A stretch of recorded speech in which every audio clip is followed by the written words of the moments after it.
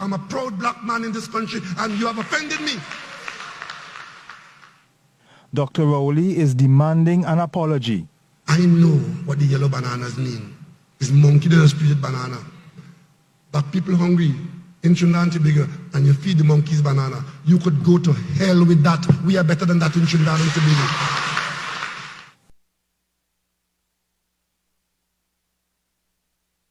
If you were eating 2 bananas, you might try to eat 1 for some good reason. Either to make it last longer or to share it with somebody else. But people hungry in Trinidad and Tobago, and you feed the monkeys banana. You could go to hell with that. We are better than that in Trinidad and Tobago. What do you say there? You know that there's a concept called an Oreo. You know what an Oreo is? An Oreo is a man who's outwardly black. Black skin, looks black. But during his lifetime, something happened that made him a very insecure, weak, little man with no character,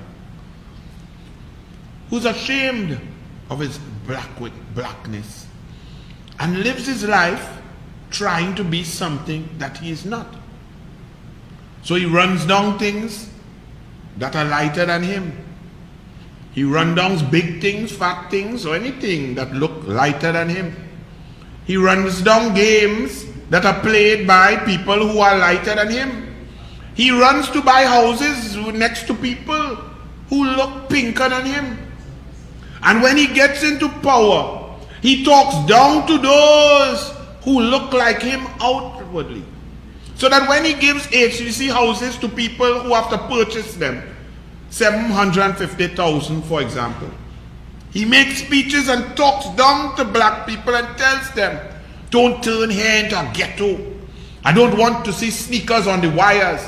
Even though HDC don't have wires up in the air, they put all the utilities underground. He talks down to people and tells them, the government, everything is the government. You have to wean yourself off the government. He looks at people who are under poverty, impoverished conditions, and he and his ministers talk down to them and tell them, you don't want to sweat, you don't want to work, but you want to go to heaven. This is the tale of a sad human being. Many of them exist all over the world. Our problem in Trinidad and Tobago is somehow, some way, one of them found their way to the helm of the People's National Movement, a party created in January 1956.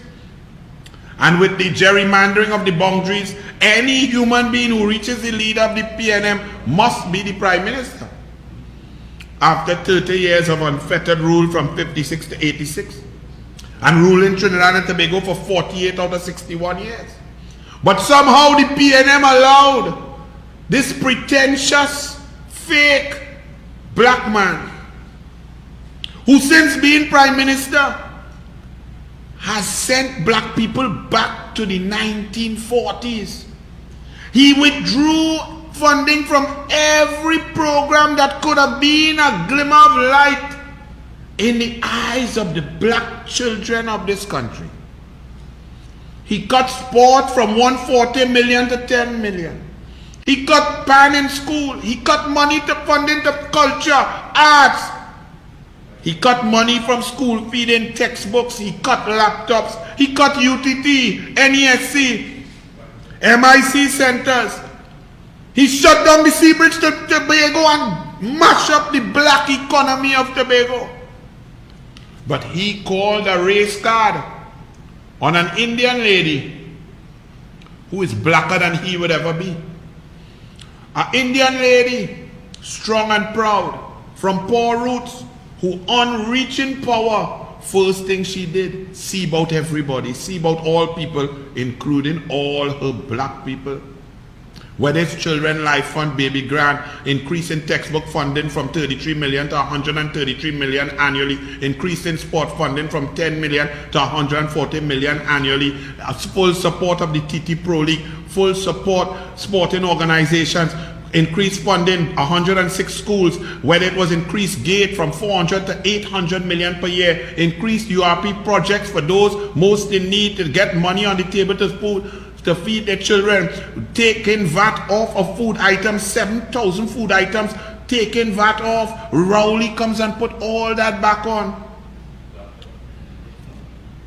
She give them laptops, full opportunities, hospital, children hospital, teaching hospital, roads, well done, job opportunities, trade, increased competitive index, business levy, paid VAT refunds on time, all of it to ensure that her people had opportunities to thrive.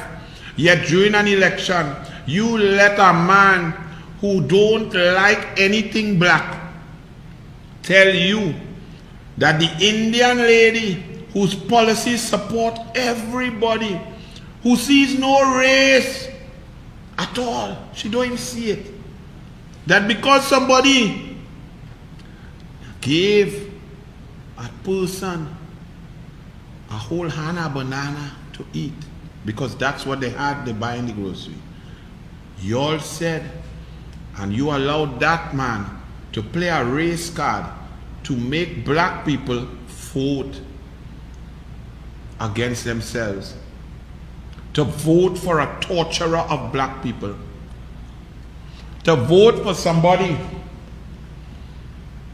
whose whole existence, whole history has shown that he is not a Pan-African leader. He comes out and says, I'm a proud black man. Oh, since when? Were you a proud black man when you were drinking scotch and smoking cigars in Goodwood Park in December 31st, 2019? And your friend and them was calling you, hey little black boy, look my black boy come? Were you a proud black man as you cut funding for everything and have black people having barbecue to save their children's life as you cut children's life fund? Were you a proud black man as you left the children's hospital with life-saving equipment sitting down there for 4 years and 7 months, refusing to open it, telling us about plan after plan, down to Ayurvedic healing, to teaching hospital, changing the name and letting the machinery depreciate that was there for your black children? Would a proud black man have ever suffered his homeland of Tobago like you did as you came into power, lied and said the superfast Galicia was corrupt at 14,000 euros per day, but you went and got the Levalette in a Cricks factory in Malta for 34,000 euros per day. You went and got Bridgmans with some old ricketing Rakatang ocean stem that never reached, a Kobo Star that you say the UNC sabotage to give your people, your black people of Tobago. Patrick Manning was from South, but he gave the people of Tobago the Express and the Spirit. Brilliant boats. You now sell it and it sink. A proud black man would have never crashed the economy of his homeland, Tobago. You're still feeling the pain from that cocktail that Pamela Nicholson put on you in the early 70s in the THA. You hate Tobago for that. Crash the economy of Tobago across the board. A proud black man would have never done that. A proud black man would have never treated Chief Secretary Kelvin Charles like a dog, put him on the floor to talk in Tobago. A proud black man would have never done that. You want to talk race? The Douglas could talk race. Because a racist is one who takes a policy that is deleterious to another group.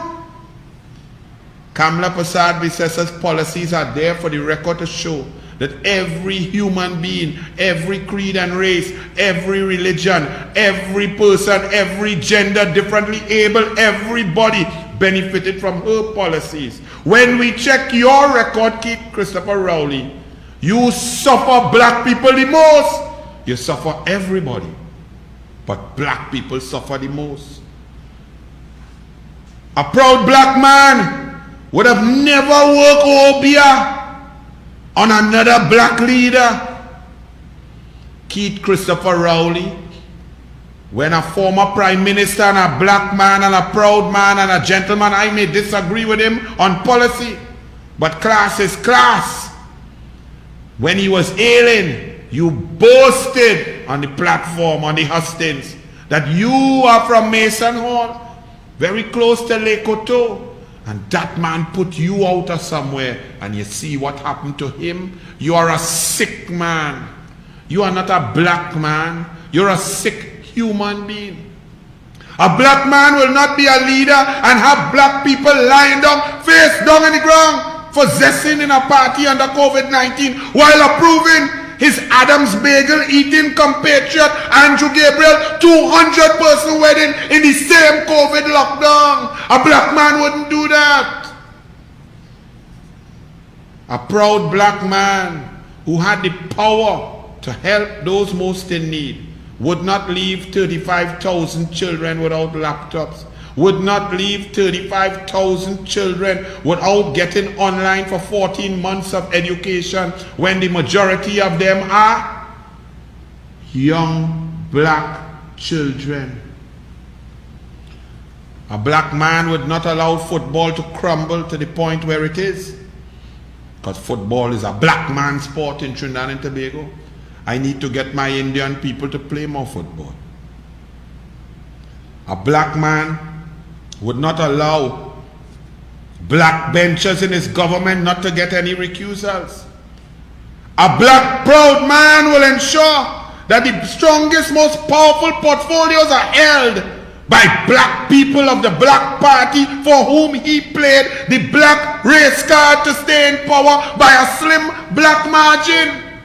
He would not keep his black benchers out. Keith Scotland, you proud, intelligent black man, I see you starting to lick K-Pax very gently and nicely, Keith Scotland. Camille Robinson Regis, where's your recuser? Andre Leons, Dylan, where y'all? Foster Cummins, any recusal? But the recusals go to Faris, the black man Al-Rawi. The recusals go to Stewart, strong black man Pin. Franklin Khan, Rohan Sinanan, these black bastions of power. And then the genius of all, the man who loves black people. Since you're playing race card, Dr. Keith Christopher Rowley, Colm, Mugabe, Imbot. The man who loved black people so much I could feel like he want to hug me up now. So when you're playing games, and to all my people who somehow believe that, and many all you hurt, it hurting, but all you know, all you believe that nonsense. You didn't read, you didn't want to believe what is in front of your eyes. You did not want to see Kamala Prasad Bissesa's performance. You wanted to believe all of that. UNC thief.